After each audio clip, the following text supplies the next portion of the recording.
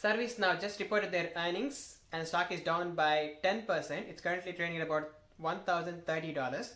For the full financial year of 2024, they made close to $10.9 billion of revenue. The gross margin is 82%, which is very impressive. This is a subscription based company, so the gross margin is expected to be very, very high.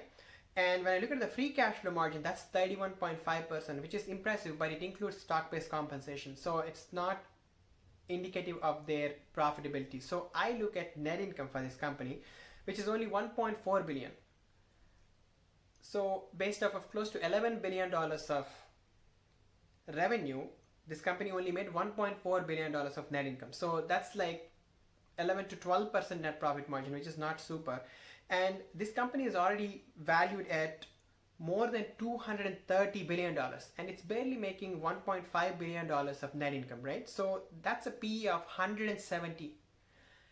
I do not understand why people pay 170 multiple for this. They're not growing too fast. When I show you the valuation, you will know. So if you know the reason why people are paying so high PE for this company, please let me know. I want to understand.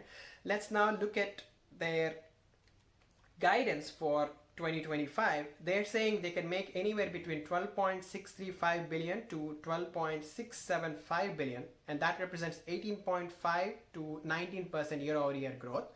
This company is purchasing stock back because they give out stock-based compensation. They want to control it, but still dilution is happening. They have additional $3 billion reserved for share repurchases, but as you know, this is already a $230 billion company, and 3% would not buy too much, right? So let's look at the valuation to see what's the upside for this company. As you can see on the screen, I put the 2024 revenue, and I estimated growth rate was 15% in the reasonable assumptions case, because currently they are growing at 18.5 to 19% year over year. And as they get bigger and bigger, it's hard for them to grow. So that's why I assumed 15%. But in the great execution case, I put 20% growth, which I think is not possible, but if they do great execution, it may be possible. And the net profit margin, I put 25%. Currently, they are nowhere near that. Currently, they are at like 11 to 12%, but I put 25% because based off the gross margin of 80%, they could get to 25. And in the great execution case, I put 30%. And multiple, I put 30 in the reasonable assumptions case, and the great execution, it's 35. And I assume no dilution. They are diluting the shareholders and repurchasing some of the stock, but dilution is happening. But I'm assuming no dilution. With that, the 2029 stock price would be $783 in the reasonable assumptions case.